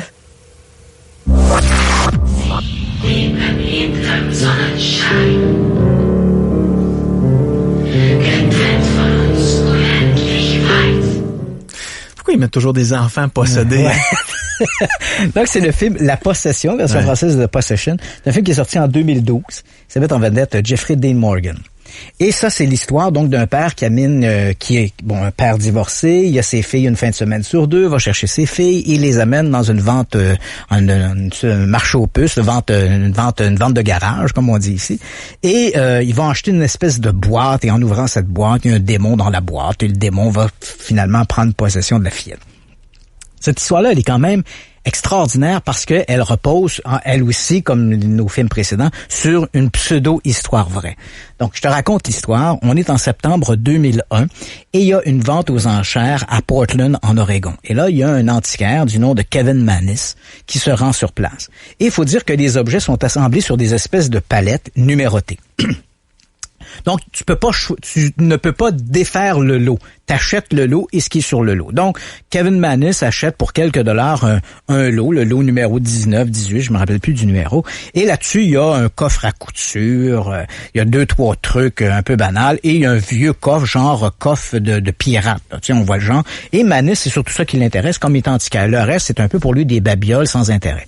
Donc, un coup qu'il a acheté son lot, paie le lot, ramasse les babioles et les met dans son camion. Au moment où il se prépare à quitter les lieux, une femme s'approche de lui et lui dit « C'est vous qui avez acheté la boîte à 10 books. » Et là, il lui demande « Mais la boîte à 10 books? » Elle dit oui. Et là, il lui montre une espèce de boîte en bois dont, à l'avant, il y a 2 portes sur lesquelles il y a une sorte des grappes de raisin et un tiroir. Il n'y a pas de poignée pour ouvrir les portes et il n'y a que le tiroir. Et Mannis va découvrir... Bon, d'abord, au début, il y a comme une sorte de corde et de cadenas qui empêche la boîte d'être ouverte. Mannis ramène la boîte chez lui. Et là, bien sûr, il brise la chaîne. Et là, il découvre qu'en ouvrant le tiroir, il y a un mécanisme qui fait ouvrir les portes. Et lorsque les portes sont ouvertes, à sa surprise, il voit à l'intérieur une espèce de chandelier qui date des années 20 à peu près, qui est comme en vert, de couleur verte, là. Donc en vert. Les pattes sont curieuses, ça ressemble un peu à des tentacules de pieuvre. Il y a une pierre sur laquelle est écrit en lettres dorées le mot shalom, qui veut dire paix. Il y a une sorte d'espèce de petit calice en or. Il y a une mèche de cheveux blonds, une mèche de cheveux bruns. Et dans le tiroir, il y a une rose séchée qui est là. Donc Mannis, pour lui, c'est un peu banal ce truc-là. Il le met de côté et là, arrive une série de malheurs. Les gens dans son atelier tombent malades. Dans le magasin, sa mère est victime d'une crise cardiaque. Son frère et sa sœur ont des cauchemars à répétition. Tant et si bien qu'en 2003, Mannis met la boîte en vente sur eBay. Et avec, évidemment, la mise en garde nécessaire. Là. Cette boîte-là contient un esprit maléfique, un Dibuk, qui est une sorte de démon dans la culture judaïque. Il dit, voilà, c'est un Dibuk, et finalement, il vend la boîte. Il veut s'en débarrasser à n'importe quel prix. Il commence d'ailleurs des enchères à $0. Hein? Il va vous l'envoyer gratis, si besoin est. Finalement, il réussit quand même à vendre la boîte $140. Ça veut dire qu'il y a des gens qui sont intéressés par des histoires de fantômes. Donc, ces gens-là achètent la boîte pour $140. Le nouveau propriétaire est un étudiant qui s'appelle Yosef Nietzsche, qui achète la boîte. Mais lui aussi, en achetant la boîte, dans les jours qui suivent, son chat meurt, ses poissons meurent, il y a un feu dans son appartement. Tant et si bien que le fameux Nitschke en question décide de remettre la boîte en vente sur eBay. Donc, la boîte se retrouve sur eBay. On la retrouve en 2004. Et c'est un type qui s'appelle Jason Axton qui va acheter la boîte. Cette fois, les enchères ont monté. La boîte a doublé de prix. Il la vend 280 $. Donc, Jason Axton se retrouve le propriétaire de la boîte. Ouais. Et, encore une fois, Jason Axton, comme les propriétaires précédents, est aux prises avec toutes sortes de malheurs à partir du moment où il ouvre la boîte. Et là, il décide finalement de la placer dans une espèce de coffre qu'il va enterrer sous une maison à côté de chez lui, jusqu'à temps qu'un autre maniaque des phénomènes paranormaux se propose d'acheter la boîte. Christian Page. Alors là, Imidjé, t'as la boîte devant toi. Non, c'est pas la vraie, là? Oui. Ben, l'inscription est écrit derrière. C'est celle-là même. Donc, t'as devant toi cette fameuse boîte, l'originale boîte à 10 books. Vous me niaisez. Celle qui a un démon dedans. Pour les auditeurs. Pour les auditeurs qui ne la voient pas, elle est là devant. Mais si vous voulez la voir, vous pouvez aller sur Facebook. Marceau le soir, on est en diffusion directe. Et Émilie Jade va l'ouvrir. C'est l'objet, oui, c'est l'objet le plus précieux de ma collection d'objets bizarres. Il m'a fallu des mois de négociations avec Jason Axton pour avoir la fameuse boîte. D'ailleurs, dans mon livre, qu'on va faire d'ailleurs tirer 2 exemplaires ce soir, l'enquêteur du paranormal au cinéma. Dans les remerciements, il est un des tout premiers que je remercie. Je dis merci à Jason Axton pour la boîte à 10 books. Ça n'a pas été facile, mais c'est et je l'ai payé, je te le dis, j'ai payé plus que 240 $ pour la boîte. C'est sur cette histoire de boîte maléfique qui est inspiré le film La Possession. Alors, je te le dis, Midji, la seule façon que tu peux l'ouvrir, c'est en ouvrant le tiroir. Et ben, je t'invite à tirer le tiroir et à ouvrir. Ça peut être Yannick qui le fait? Non, c'est toi. Vas-y. Non, mais c'est parce que... Jusqu'à maintenant, t'as quoi? T'as 134 personnes qui te regardent sur Facebook. Maintenant, qui ont hâte de voir l'intérieur de la boîte, voir la petite fumée qui va en sortir. Oui. Le démon. Alors voilà, tu tires doucement, lentement. C'est une vieille boîte qui date, qui a plus d'un siècle, donc il faut que tu l'ouvres tranquillement. Il va rien m'arriver. Toi, tu l'as ouvert. Ouais, elle est chez moi, elle est dans mon salon. Il y a des gens qui osent même pas s'asseoir aux côtés de la boîte. Hein? Puis les gens viennent à la maison, et les gens qui le savent disent... Bon, Christian, il y a la boîte à 10 books. Là, les gens viennent chez moi, puis il y a des gens elle est comme dans mon salon, elle est placée comme à une des extrémités du divan. Il y a des gens qui ne s'assoient pas à cette extrémité-là pour ne pas être près de la boîte. Mais Yannick, peux-tu nous le rappeler? Il y a des êtres humains qui sont morts et il y a des animaux qui sont morts. Mais peux-tu nous l'ouvrir? Parce que moi, je dors tout seul chez nous, moi, ces temps-ci. Fait que j'ai comme pas envie d'avoir peur de mourir. Non, mais anyway, tu serais infecté, là. Tu vas être infecté pareil. Fait que t'es aussi bien de le faire, ça vaut pas. OK, regarde, s'il arrive de quoi, là, par chez nous, on est responsable. Sentez-vous conscient que c'est votre faute. On va être responsable. Je vais être là pour t'aider, mais tu m'appelles pas en doucement, et là, le mécanisme va ouvrir la porte. Oh boy. Là, les 2 portes vont s'ouvrir. Il y a de la boucane. Là, j'arrête. OK, bon, voilà, là, t'es au maximum. Donc, tu vois ce que j'ai décrit. Donc, cette pierre à l'intérieur sur laquelle est écrit Shalom. Il y a ce chandelier vert, les mèches de cheveux. Et dans le tiroir, t'as cette fameuse rose séchée. Donc, on a le contenu de la fameuse boîte à 10 books. Est-ce que c'est maléfique ou non? Moi, je suis propriétaire de la boîte depuis maintenant 2 ans. Et je n'ai j'ai pas connu une succession de catastrophes ou de drames épouvantables. Au cours des 3 derniers mois, elle était chez l'animateur radio bien connu Éric Nolin. On avait tourné un truc ensemble et Éric me dit, moi, il y a rien qui m'est arrivé chez moi parce que la boîte a 10 books qui était, mais c'est de cette fameuse boîte qui a passé de main en main et qui est supposée être maléfique. Là, on vient de libérer, selon la tradition, on vient d'ouvrir la boîte, donc on vient d'inviter le 10 books, le fameux démon 10 books chez nous maintenant, donc il est dans le studio. Mais c'est des vrais cheveux? Oui, ce sont des vrais cheveux. Cheveux noirs, blonds. Et blonds, oui, voilà. La rose séchée, la pierre, oui, c'est ça. Et derrière, si tu veux repousser le tiroir, on va peut-être pour la caméra, on va le montrer. Si tu repousses le tiroir, faut y aller très doucement parce que c'est très vieux. OK. Vas-y. Bon, voilà. En fait, c'est un objet c'est assez amusant parce que c'est un objet qui, somme toute, au départ, on sait dans les enquêtes qui ont été faites, les recherches, c'est une boîte à vin, en fait. On l'utilisait pour transporter du vin. Ça a été commercialisé dans le sud des États-Unis aux alentours des années 30 ou 40. C'était pas un objet de luxe, hein. C'était un objet qui était bon marché. Donc, les gens achetaient ça pour aller en pique-nique et amener du vin avec soi. Et visiblement, la propriétaire de la boîte l'a éventuellement transformé en un hôtel pour y faire des rituels, des prières. Et on voit aussi derrière la boîte, je vais la tourner très doucement, derrière la boîte, je sais pas si on va pouvoir le voir à la caméra, mais il y a une partie d'une prière en hébreu qui est écrite derrière à l'endos de la boîte. Donc visiblement, la propriétaire de la boîte en question l'avait transformée en hôtel. Et Mannis, c'est toujours selon la légende, parce qu'évidemment, on est obligé de se référer à ce que ce type Mannis raconte. J'ai acheté la boîte, etc. Moi, j'ai essayé de remonter à la source. J'y suis pas arrivé. J'arrive pas à dépasser Mannis. Mannis il dit, j'ai acheté ça en banlieue de Portland. Je me rappelle pas trop c'était où, etc. Il a pas tenu compte de ça. Donc, on n'est pas capable de remonter au-delà de ce Kevin Mannis. Mais si on se fie à ce que lui raconte, donc, cette boîte contiendrait ce fameux esprit démoniaque, et ça a fait l'objet de quelques reportages aux États-Unis.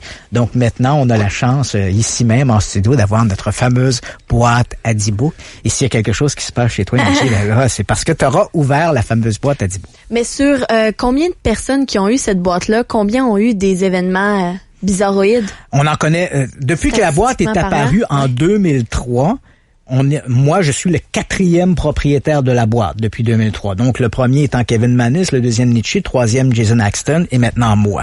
Okay. Et les 3 précédents propriétaires ont connu des drames épouvantables.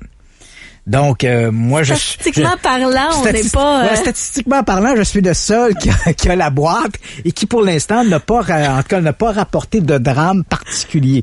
Mais comme n'importe qui, j'ai eu mes propres petits problèmes personnels, mais rien que je ne pourrais, que j'aurais échappé si je n'aurais pas eu la boîte. Je pense que je vais t'accompagner jusqu'à ta voiture parce qu'avec le courriel que je reçois depuis tout à l'heure, quand on a parlé des fantômes et des chasseurs de fantômes, ça se peut qu'en sortant tantôt... Il y en a quelques-uns qui ne sont pas très satisfaits et qui veulent finalement me faire un mauvais sort avec ma boîte. À cause de la boîte à 10 000. Ah, tabarouette. Donc, on était rendu... donc, c'est inutile de dire que c'est un objet qui, vraiment, je l'ai amené ce soir parce que c'est la boîte, merci, c'est pour l'Halloween. Wow. Mais c'est vraiment l'objet le plus précieux de ma collection d'objets, d'artefacts bizarres. Tu nous avais amené le couteau de Jack l'Éventreur aussi. Oui, à un moment donné, le couteau de Jack l'Éventreur. Et là, ce soir, c'est la boîte Adibook. Le prochain, c'est un de mes films préférés. Oui, c'est un très bon film. On y va avec la bande-annonce. Ça s'appelle The Mothman Prophecies, la prophétie des ombres. L'histoire est basée sur des faits réels.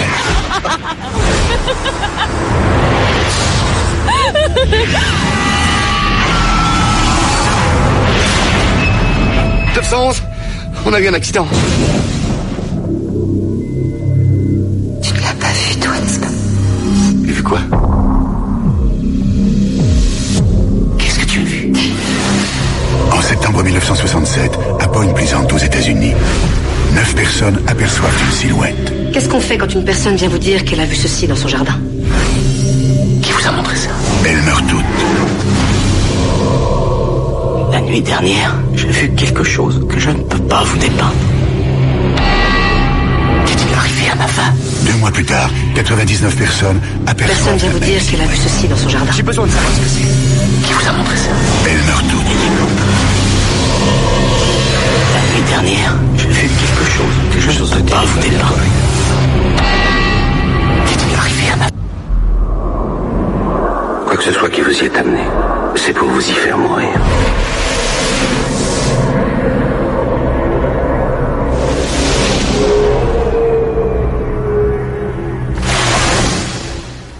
La prophétie des ombres. Oui, c'est un excellent film. Ça met en vedette Richard Gere. C'est un film qui est sorti en 2002.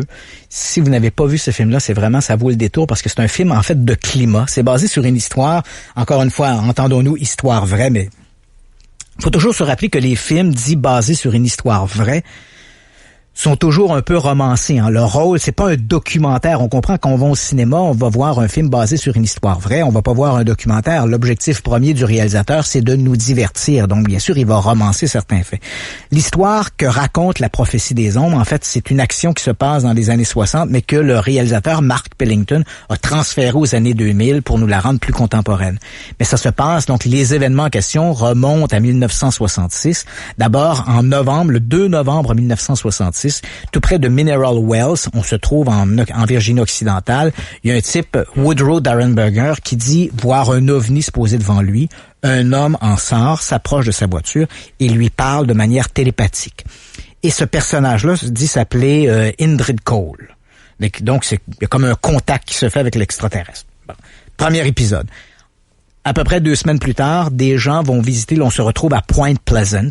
C'est à quelques dizaines de kilomètres de là. Et à Point Pleasant, il y a à la sortie de la ville un ancien dépôt de dynamite. En fait, c'est presque une ville abandonnée. On y faisait de la dynamite durant la Deuxième Guerre mondiale. Et après la guerre, les bâtiments étaient abandonnés.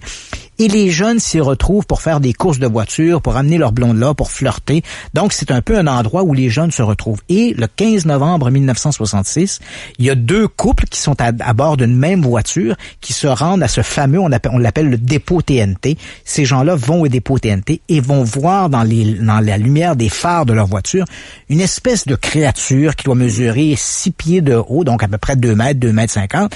Et elle a, au moment où elle est éclairée par les phares de la voiture, elle déplie des ailes. Les jeunes vont dire, on avait l'impression que c'était une espèce de créature comme si elle avait des yeux au milieu du poitrail. Elle n'avait pas de bras, elle n'avait que ses 2 grandes ailes. Et là, évidemment, effrayés, ils vont quitter le dépôt TNT. Ils vont être poursuivis par cette créature qu'ils croient qui survolent leur voiture. Ils vont se rendre jusqu'à la ville, à Point Pleasant, vont aller voir le bureau, se rendre au bureau du shérif. Le shérif va retourner le soir même au dépôt TNT, ne verra pas la fameuse créature. Et là, dans les jours qui vont suivre et les semaines qui vont suivre, d'autres gens à Point Pleasant vont avoir l'impression de voir cette créature. Ils vont l'observer de loin, de près, toujours dans les alentours de ce fameux dépôt TNT. Une créature à la fois mi-homme. D'ailleurs, à l'époque, faut se rappeler, c'est la sortie de la série télé Batman, et un journaliste un peu va s'inspirer de ça pour qualifier la créature du Mothman. Donc, l'homme phalène, c'est mi-homme, mi-papillon. C'est un peu comme ça que les gens le décrivent. Et puis donc, pendant des semaines, des mois, les gens vont voir cette créature. Et là, c'est un peu comme si Point Pleasant était devenu un microcosme de l'étrange, parce que non seulement des gens rapportent voir l'homme papillon, mais il y a des gens qui disent voir des ovnis. Il y en a qui voient les... donc je vois qu'Yannick me montre une photo du Mothman. Donc les gens voient l'homme papillon, des gens voient des ovnis, des gens vont voir aussi dans la ville débarquer des mystérieux hommes en noir. On connaît le film Men in Black, donc des hommes habillés tout de noir qui sont à leur affaire, qui semblent surveiller des événements de loin. On sait pas trop qui ils sont, qu'est-ce qu'ils font là exactement. Et puis arrive le 15 décembre 1967, donc pratiquement 13 mois après l'apparition de l'homme papillon dans les alentours de Point Pleasant. Le pont qui relie Point Pleasant avec Canoga, la ville de l'autre côté de la rivière Ohio, va s'effondrer et il va y avoir 46 morts dans cet accident-là. Donc, le pont s'effondre, entraînant des voitures. Et c'est curieux parce que c'est un problème de feu de circulation. Les feux se sont mis au rouge de chaque côté du pont, comme si la malédiction était sur le pont. Et là, les voitures sont demeurées coincées sur le pont. Et, crois-le ou non, un anneau de support, parce que c'est un pont avec un peu comme le pont de Québec, donc avec des câbles d'acier. C'est l'anneau numéro 13, le chiffre maudit. L'anneau numéro 13 va se briser et il va y avoir un effet domino. Donc, à partir du moment où l'anneau se brise, le câble est relâché. Et là, finalement, tous les autres câbles vont lâcher les uns après les autres, entraîner le pont dans la rivière Ohio avec, comme je l'ai mentionné, 46 décès. Si on écrit Mothman sur Google et qu'on voit une photo où on voit un genre de Batman sur le dessus du pont, est-ce que c'est une vraie photo? Non. Cette photo-là est une vraie photo, mais le pont que l'on voit n'est pas le pont, le Silver Bridge. N'est pas le bon pont. Donc, c'est le Silver Bridge qui va s'effondrer dans la rivière Ohio. Et curieusement, après les apparitions, après la chute du pont, les apparitions vont diminuer, sinon disparaître complètement.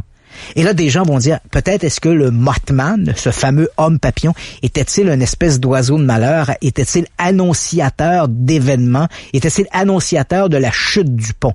Donc, on en fait un peu comme un mauvais présage.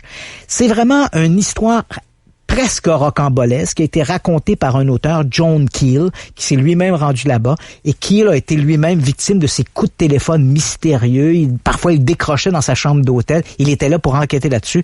Le téléphone sonnait, il décrochait, il entendait des grésillements à l'autre bout de la ligne. Tout ça est rapporté dans son livre, La prophétie des ombres, The Mothman Prophecies, qui va être adapté au film, transposé dans une action plus moderne avec Richard Gere. C'est vraiment un film de climat. C'est vraiment un film excellent à voir si vous l'avez pas vu, La prophétie des ombres. T'es toujours avec nous, Amy J? Oui. Elle se sent pas bien qu'elle le Non, dise, les auditeurs, je regarde le feed sur Facebook, là, la diffusion en direct, les auditeurs disent, il me semble qu'elle tremble, il me semble que Amy J, la boîte te regarde. On va l'ouvrir encore. Non, mais honnêtement, physiquement, j'ai peur. Genre, physiquement, je pense à mes chiens, je pense à mes parents, puis je me dis, est-ce que tout va s'écrouler autour de moi? Non, mais je lis là-dessus en ce moment. Tu sais, j'ai vraiment peur. Ouais. Christian, il nous reste à peu près 12 minutes. OK. Fait qu'écoute, on y va très rapidement. S'il nous reste 12 minutes, je vais rapidement sur les films. On va y aller avec La Conjuration 1. Oui. Puis immédiatement, est-ce que tu peux enchaîner avec La Conjuration 2? Oui, je vais te faire ça. Allons-y. Toute seule. Fais-nous signe si tu veux communiquer avec nous.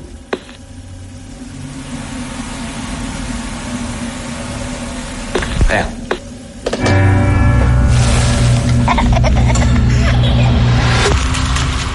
Mais vous êtes quoi au juste? On est chercheurs en paranormal, chasseurs de fantômes. Mais on préfère être connus simplement en tant que Ed et Lorraine Warren.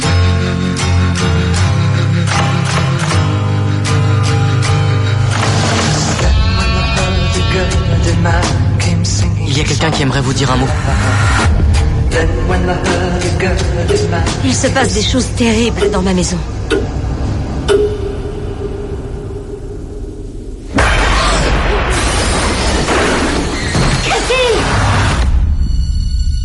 On est le 1er novembre 71. Je suis ici avec Caroline Perron, qui, avec sa famille, est confrontée à des événements surnaturels. Tu captes quelque chose, chérie? Une chose affreuse s'est passée ici, Ed. Qu'est-ce qu'il y a? Tout ce que Lorraine sent, voit, touche est une épreuve très lourde pour elle. Un peu plus à chaque fois. Je dois vous dire qu'il y a beaucoup d'esprits ici. Mais c'est celui-là qui me préoccupe le plus, parce qu'il est très malfaisant. Regardez ce qu'elle m'avait fait.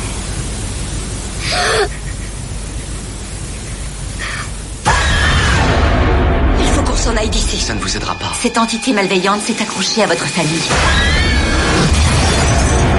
Mon père, on n'a jamais vu des choses comme celle-ci. Je viens avec toi. Non, je ne veux pas te perdre. Dans mes rêves, je vois une dame avec une chemise de nuit toute sale. Elle est debout devant le lit de ma maman.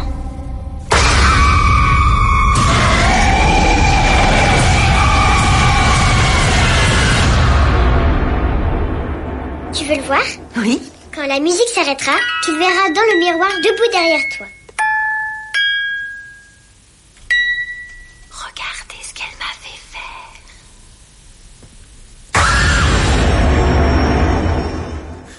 Donc ça, c'était La Conjuration 1. Maintenant, je fais entendre La Conjuration 2. C'est ma maison. Foutez le camp. Non, ce n'est pas votre maison. Comment vous appelez-vous? Je m'appelle Bill Wilkins. Et j'ai 72 ans. Que pensez-vous de cette voix? Il semble confus. Il est sénile? La voix sur cet enregistrement provient d'une fillette de 11 ans. Les gens parlent de l'Amityville d'Angleterre. Cette famille a désespérément besoin de notre aide. Après tout ce que nous avons vu, il n'y a plus grand-chose qui nous perturbe, ni l'un ni l'autre. Mais cette affaire me hante encore. As-tu l'impression que la voix provient de l'intérieur de toi? J'ai l'impression que quelqu'un parle derrière moi, qu'on se sert de moi pour parler. Ça va, Janet? Ne m'appelez plus Janet. C'est une enfant tellement charmante, qu'est-ce qu'on lui veut au juste? Un esprit oppresseur tente de vous obliger à commettre le péché suprême. C'est-à-dire? Un meurtre, un suicide, ou les deux.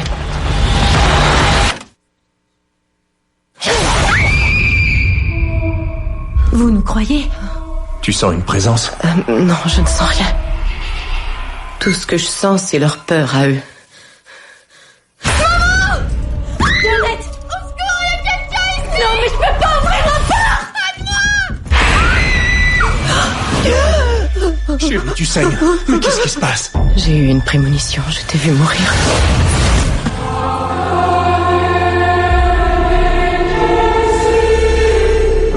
C'est qui ça?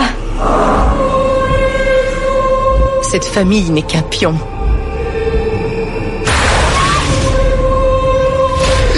Quelque chose d'inhumain veut te tuer.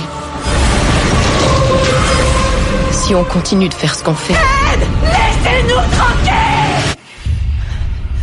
Tu vas mourir.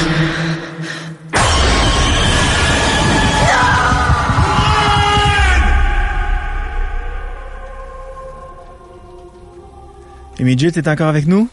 Je suis encore là. Donc, on vient d'entendre les bandes annonces des films La Conjuration 1 et 2.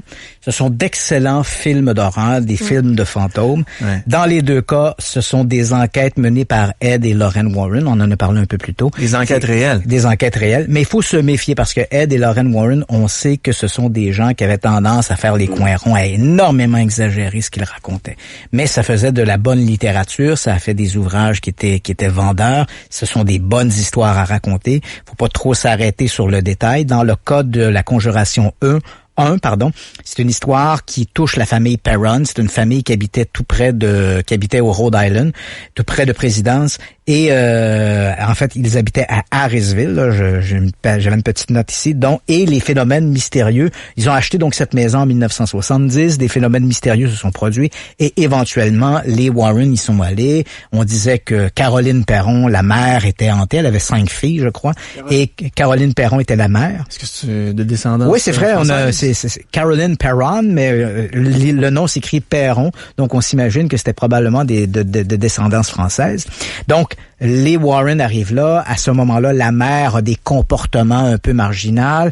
Il va y avoir une sorte de séance d'exorcisme qui va se passer. Pas tout à fait comme on le voit dans le film, mais bon, en réalité, dans les faits, Caroline Perron serait tombée sur le dos. Monsieur Perron aurait voulu l'aider.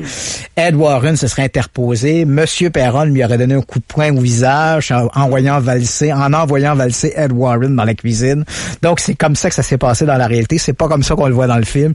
Mais enfin, ça, c'est pour La Conjuration 1. Et La Conjuration 2, c'est une histoire de poltergeist célèbre en Angleterre. Ça se passe en 1977. C'est la famille Hodgson.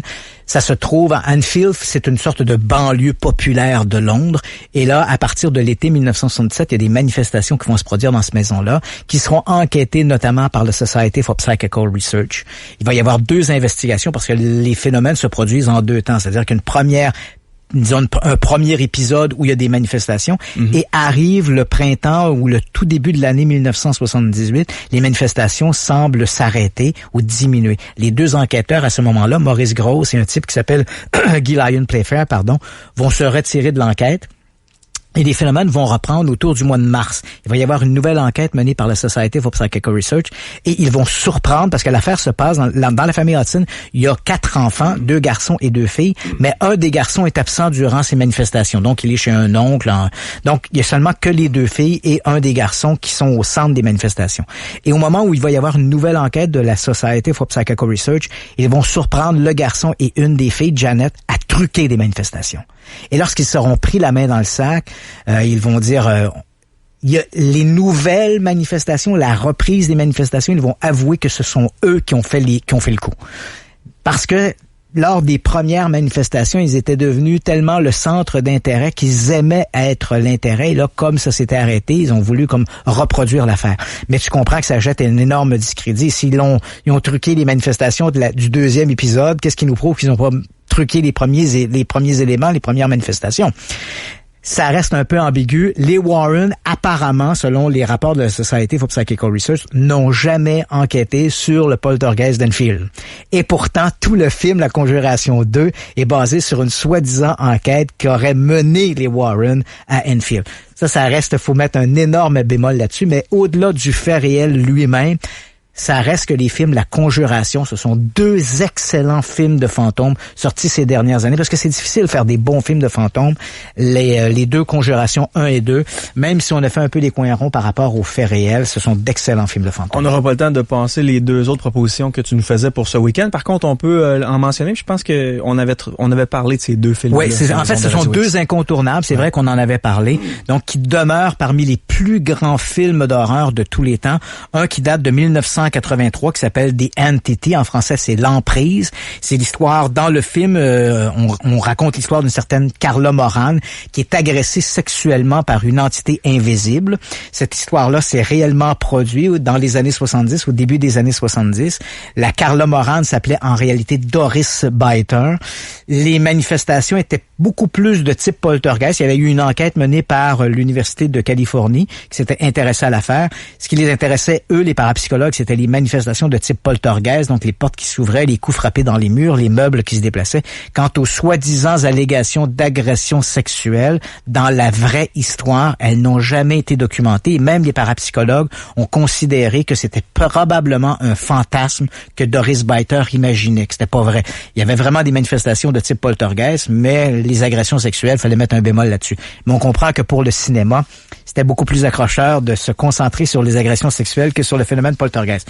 Et mon numéro 1, ben évidemment, j'imagine que les auditeurs, ils l'ont probablement deviné. Oui, c'est un immanquable. Un immanquable, le film considéré comme étant le film le plus terrifiant de toute l'histoire du cinéma. C'est un film sorti le 26 décembre 1973. C'est L'Exorciste. T'écouteras ça ce soir, Émilie. Donc, L'Exorciste, d'ailleurs, qui était sorti, il y avait un gros coup de publicité. Hein. Le film sortait le 26 décembre 73, au lendemain de Noël. Donc, on comprend qu'aux États-Unis, on était encore dans les festivités de Noël avec la petite crèche sous le sapin, l'ange au sommet du sapin. Et là, le lendemain de Noël, au cinéma, sort L'Exorciste, qui raconte une supposée vraie séance d'exorcisme qui a eu lieu en 1949. Donc, évidemment, on a transposé les faits de manière plus moderne pour le situer en 1973. Ça met en vedette Ellen Burstyn et surtout Linda Blair dans le rôle de Regan McNeil, qui joue la possédée. Et c'est un film que, bon, les effets spéciaux ont peut-être un peu mal vieilli avec le temps, mais ça reste un film dont le climat est tout à fait extraordinaire. Et je pense qu'on n'a pas fait beaucoup mieux dans l'histoire du cinéma que L'Exorciste, qui reste un classique à voir absolument. Tu as écrit un excellent livre qui s'appelle L'enquêteur du paranormal au cinéma. Oui. On va en faire tirer deux copies ce soir. Je raconte justement de ces histoires, de ces films qui ont été basés sur des histoires vraies, où je raconte en détail les histoires qui les ont inspirés. On en fait tirer 2 exemplaires ce soir. La question qu'on pose, c'est quel est le nom de la boîte qu'Émilie a ouvert ce soir devant nous? Peu importe l'orthographe, parce qu'il y a plusieurs orthographes, mais si on a la bonne consonance, ça va aller. Le 10 et le 11e appel va gagner ces 2 livres-là. On salue tout le monde. Je souhaite de passer un beau week-end. Christian, on envoie les auditeurs sur ta page Facebook, Christian Page. Le www.christianpage.ca. Christianpage.ca, ton site web. Merci beaucoup d'être passé. Ça m'a fait plaisir. La semaine prochaine, mercredi. Oui, absolument.